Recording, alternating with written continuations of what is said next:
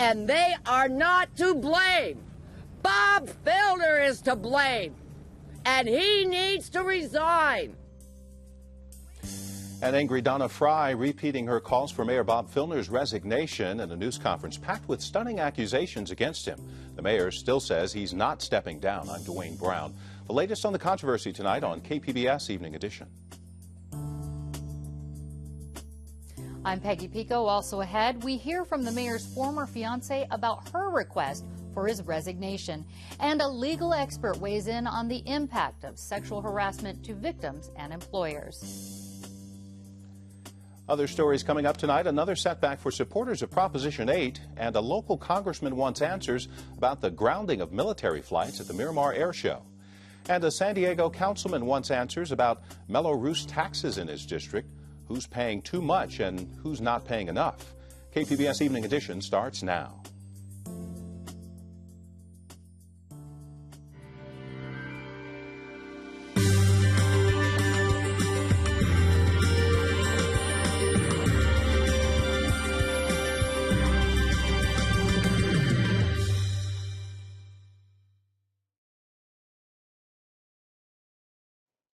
Bob Filner is tragically unsafe for any woman to approach. In the mayor's office, there are women who call him a dirty old man, who push him away. More harsh words from Mayor Bob Filner's one-time supporters who say they're ready to file a sexual harassment claim. They held their news conference right outside his office. Good evening. Thanks for joining us. Filner once again announced he has no plans to resign in the face of charges of sexual harassment. KPBS Metro reporter Sandia Dirks is here to give us the latest. So what did they say, Sandia? Well, just like last week, Donna Fry, Marco Gonzalez, and Corey Briggs, three former supporters of Bob Filner, gathered before a throng of cameras to ask for the mayor's resignation. And just like last week, they did not say how many women had come to them with claims they were sexually harassed, nor did any of the women themselves come forward to accuse the mayor. And what new information do we actually have today? Well, they did offer specific details, accusing the mayor of a long-running pattern of sexual harassment and even assault. They say that the mayor has a modus operandi, a way of getting women alone and forcibly kissing and touching them. They volunteered the anonymous stories of three women, a constituent, a woman who campaigned for Filner, and finally an employee who worked in the mayor's office. Donna Fry told the story of one woman. She accused Filner of grabbing the woman's breast, putting his hand beneath her bra, and forcing his tongue down her throat. Pretty nasty stuff. I mean, they aren't just talking harassment here. They're talking abuse. And Donna Fry called Filner tragically unsafe. What's been the reaction to these latest revelations? Well, more people have called for his resignation. Congresswoman Susan Davis joined the list of prominent Democrats who are calling on the mayor to step down. But there were those at the press conference who came in support of Filner, like Christine Mann. She says it feels like Filner is being railroaded in a push for political power. I feel like we're being bullied by a handful of people in our government who want us to basically just do what they tell us to do, to just trust them, that there are these women who the acts have been so horrific and egregious that they cannot go on record and they cannot go through due process. Mann says right now it's all hearsay, and she believes Filner should have his day in court. And that may well be coming. Marco Gonzalez, the lawyer for some of the women, says they will go forward with reporting the mayor to the city, and there may be lawsuits coming. The mayor is defending his actions, saying he is a hugger, but not an abuser, and he says resignation is not in his future. So this may have to go to the courts to decide. But the court of public opinion already seems to be turning on Bob Filner. KPBS Metro reporter Sandia Dirks. And moments ago, Mayor Filner talked with one station, KUSI in town, in response to sexual harassment allegations, saying, quote, "It's not a good time for the city nor for me. I want to apologize to the citizens of San Diego for putting them through this. I'm greatly concerned about any personal actions I've done and want to make it right to anybody I've offended," end quote.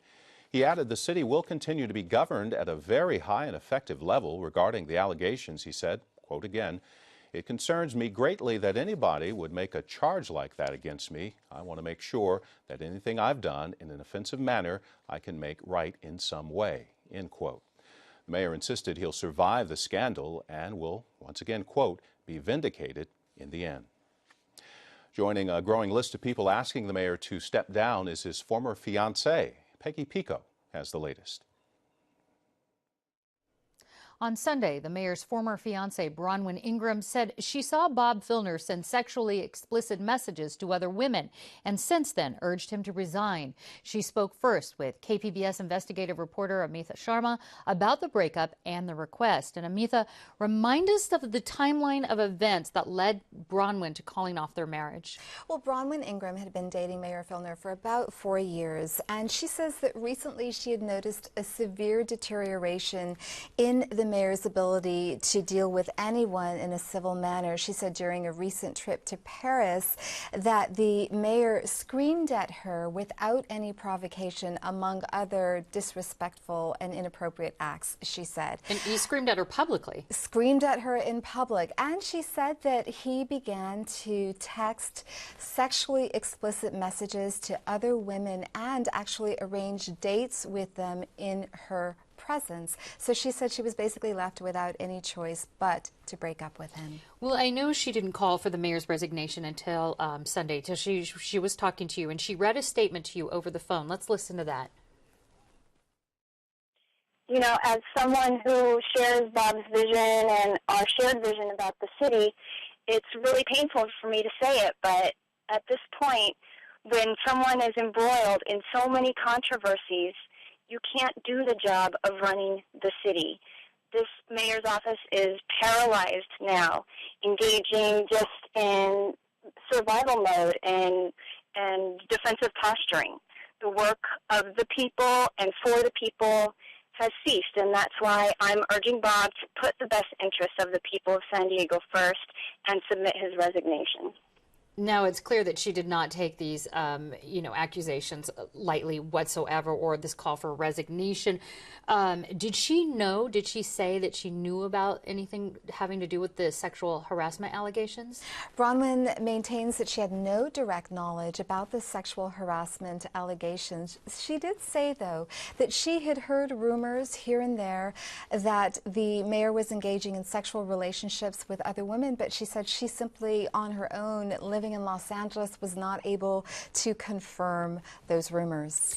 How does the breakup and her call for the mayor's resignation and the statement that she read and has since sent out, is it having any kind of impact on what's going on? You know, Peggy, it depends on whom you speak with. The mayor has some very staunch supporters who say that look, these people within his own party are ganging up on him, that they've got no proof, they haven't attached any names to the allegations of sexual harassment, and that the mayor is entitled to his due process. In fact, some of them were at today's press conference given by former San Diego City Councilman Donna Fry. Is saying they were holding up signs saying he deserves his due process. On the other hand, those people who believe, like Donna Fry, like lawyers Corey Briggs and Marco Gonzalez, that he should resign given the degree of the sexual harassment allegations, they say that Bronwyn's story, it simply adds a personal flavor to the mayor's overall contempt for women. She has been called, Bronwyn was called, of course, introduced as the First Lady of San Diego. She led a group to tackle the city's homeless population, and will she continue that effort? Well, she says without the mayor's bully pulpit, there's little that she can do, but she says in the time that she was in San Diego, the past 6 to 7 months, that she met with a lot of people, a lot of individuals who were good, who were committed to the cause of helping the homeless, and that team of people remains. We'll continue. All right, Amitha Sharma, thanks so much for the update. Peggy Pico, thank you. Mayor Filner says city operations will not be affected by the accusations against him and announced several appointments to city staff, including one-time county administrator Walt Eckert, who is now the city's interim chief operating officer. Eckert talked with Allison St. John on KPBS Midday Edition. She asked if he was risking his reputation for a mayor in trouble. Well, I'm not putting it on the line for a mayor in trouble. I'm here to serve the city of San Diego. I believe in good government. I think they need some experienced leadership in continuing to move the city forward under these circumstances. Mayor Filner has also appointed a new chief of staff. Tony Buckles will take over. On Friday, longtime Filner aide Vince Hall resigned because of the harassment claims. The legal definition of sexual harassment may go beyond the workplace for public officials in powerful positions. Peggy Pico explains how it impacts victims and employers. The Department of Fair Employment and Housing defines sexual harassment as any unwanted sexual attention or behavior that includes a very specific list of offenses, including creating an intimidating or hostile work environment and actual or threatened retaliation by the harasser.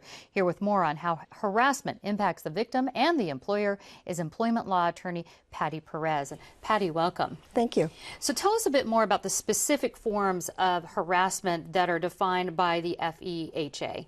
So the FEHA, which stands for the Fair Employment and Housing Act, is the California law that governs civil rights, and one of them is sexual harassment. And there are two forms that are recognized. One is referred to as quid pro quo.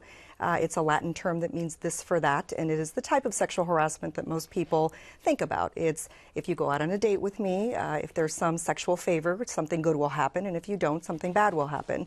It's a little bit less common, but from my understanding, that might be what's going on in the current story. The second type of harassment that is recognized is referred to as hostile work environment. And it's got some very specific legal elements, but essentially you are subjected to unwelcome behavior that is either severe or pervasive and that interferes with your ability to do your job. So in this morning's press conference, there were allegations from 3 women. One happened on city property. Allegedly, I should say. And the other 2 happened off property at a breakfast meeting in the car. So my question is, if it didn't happen at work, would this still qualify as sexual harassment? It might. So there are actually 2 elements here. The first is that my understanding is that of the 3 victims who are coming forward, at least through their attorneys and representatives, only one is an actual employee. I believe the other 2 are constituents. Correct. The constituents who might be able to bring a claim under some other law wouldn't bring a claim under the Fair Employment and Housing Act, which protects employees. But the second element is this related directly enough to work that it might fall into the category of actually being wrongful behavior under the Fair Employment and Housing Act? And like a good lawyer, I'll tell you that the answer is it depends. It depends on how closely connected it is. So for example, if it occurred off city property, but it was during a formal or official city meeting or other city function, that sounds like official work. And so more than likely, it would be considered something that falls under the auspices of the mayor's work as mayor. What's involved in making a claim, making a sexual harassment claim? Well, there are 2 different ways or 2 different levels that really are at work here. One is you might bring a claim internally, and that might subject the entity to an internal investigation. But when it comes to these claims, so Marco Gonzalez said this morning at the press conference that there will be claims filed on behalf of his clients. Right. Now, that's not the same as a lawsuit. It might be. So there are claims that can be brought internally, which would mandate that the company, in this case the city, actually perform an internal investigation and come to some conclusions about whether there was wrongful behavior. More than likely, if it's an attorney, they are actually talking about a legal claim that would go through first the Department of Fair Employment and Housing, which is the entity that enforces the FEHA. And if it proceeds further than that, it would actually go to court. What actually goes into an investigation? The internal investigation usually involves the gathering of evidence that is pretty similar to that occurs in a lawsuit. It's interviewing witnesses, certainly the person bringing the allegations and the person against whom the allegations are brought, and any other witnesses that might have information, sometimes direct witnesses, sometimes indirect witnesses that may just know about the claims. Donna Fry was fiercely defensive of trying to protect these women's names. What sort of effect does a sexual harassment claim or even sexual harassment itself have on a victim? Well, it obviously depends on the level and on the victim herself, but certainly in my experience, when there are allegations brought of this type, it tends to have a very serious impact on that person's, usually woman's, perception of themselves at work. And so it might manifest itself in depression. It might manifest itself in not being able to get the job done in the same way that they used to, or just anxious behavior as a result of being exposed to this behavior. What about people who blame the victims? That we heard at the press conference saying, you know, he said, she said, names, give us names. It sounded almost like a witch hunt. What about blaming the victims? Is that typical? It is. You know, one of the things that comes into play, particularly when it is a lawsuit, has to do with the alleged wrongdoer saying, that's not what I intended. I was simply being playful or funny. And it does start shifting into maybe this person is just overly sensitive. This person maybe just took it the wrong way. It's very common for that to happen. All right, employment law attorney Patty Perez, thanks so much. And I want to let folks know there's a lot more to this story on our website, kpbs.org. Again, thank you. Thank you so much for having me. You can find links to our coverage of the mayor's troubles and to the documents released by Filner and his detractors. We've got a special section called the Filner Files. You can find it at kpbs.org/news/Filner.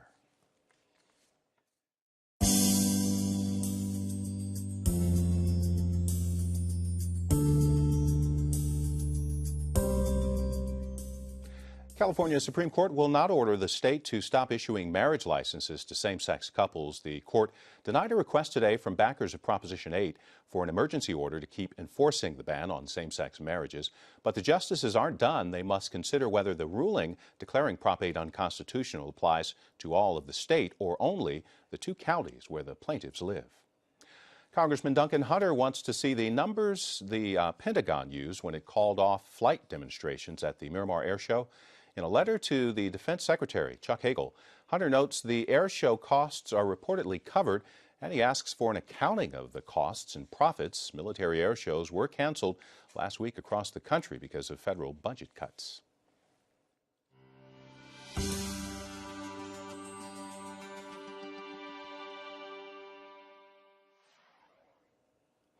Last month, we told you about 2 San Diego homeowners who were being overcharged thousands of dollars in property taxes. Our media partner, iNewsSource, did some checking and found even more inconsistencies in a Del Sur neighborhood. Now, a council member wants the city's independent auditor to review the tax bills for more than 340 of his constituents. Joanne Farian tells us it all comes down to square footage.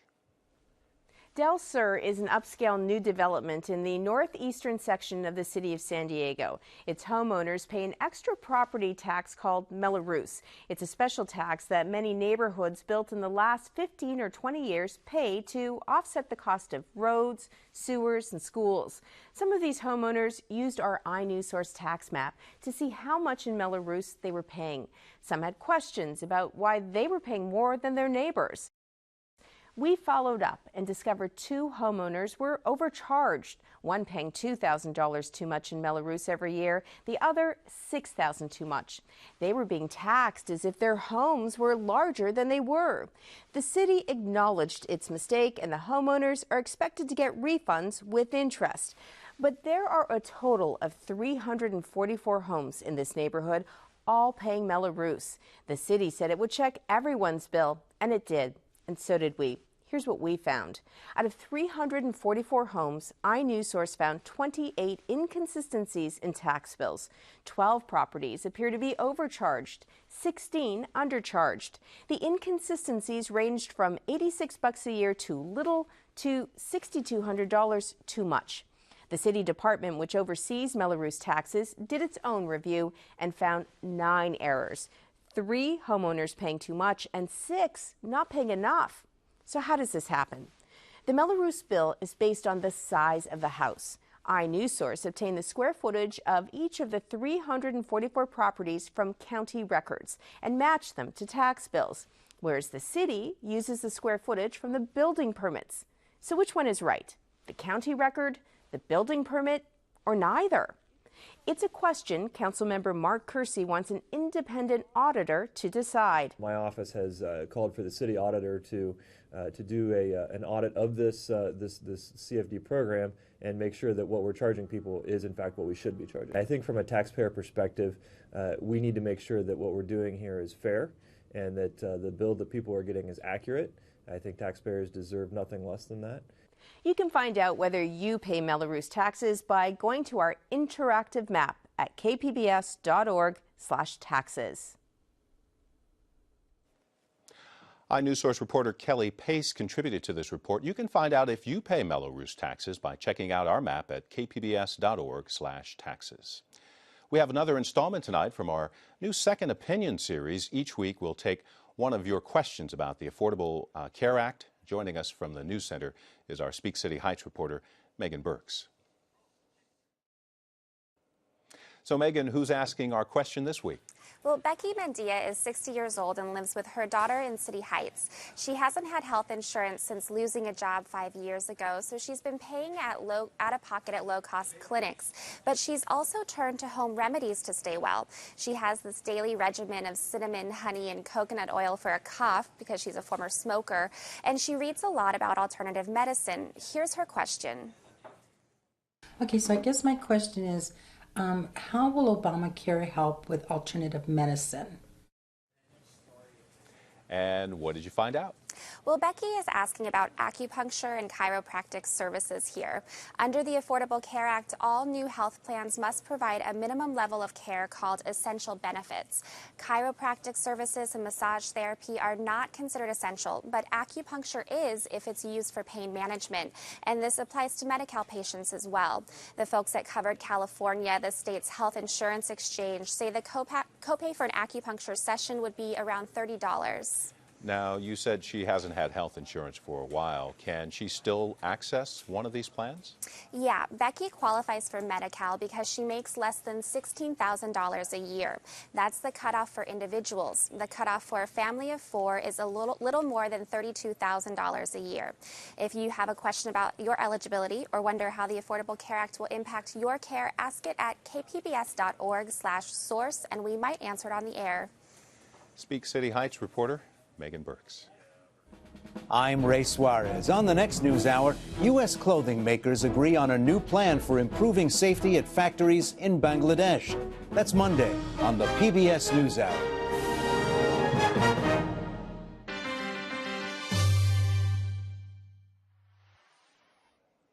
"100 years ago, Death Valley was the hottest place on Earth when the temperature on July 10th topped 134 degrees. But some climate scientists have their doubts about the record.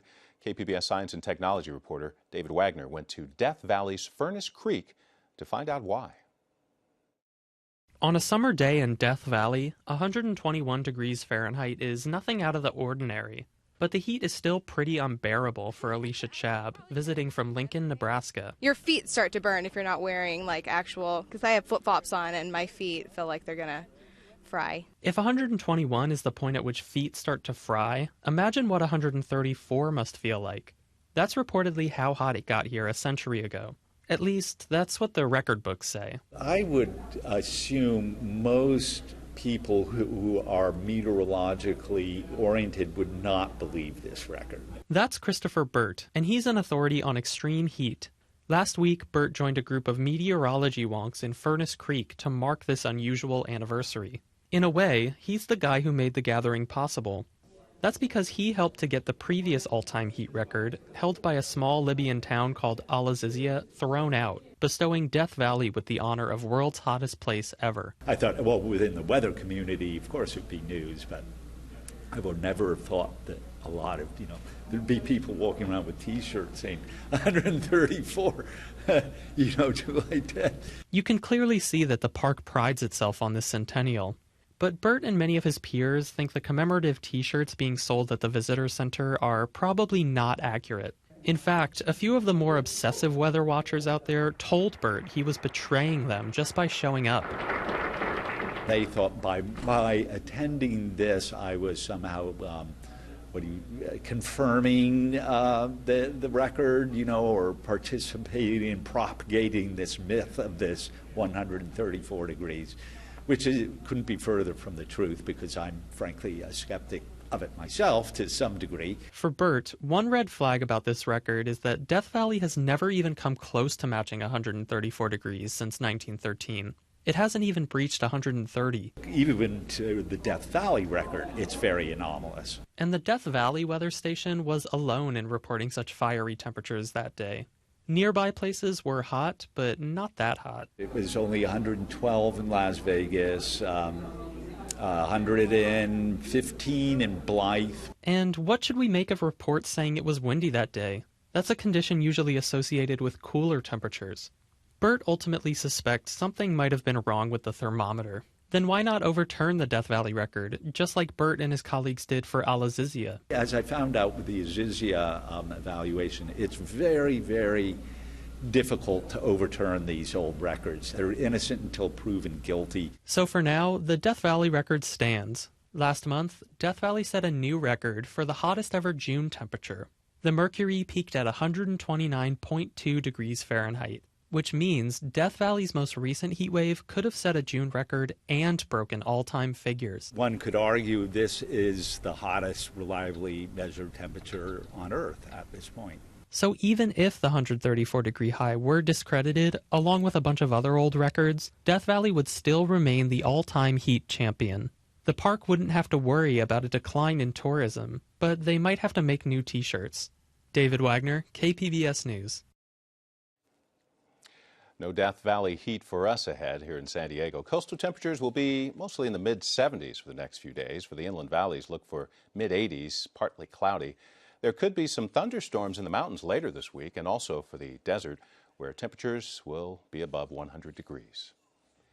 You can find tonight's stories and download the KPBS app all on our website, kpbs.org/evening edition. Thanks for joining us. Have a good night.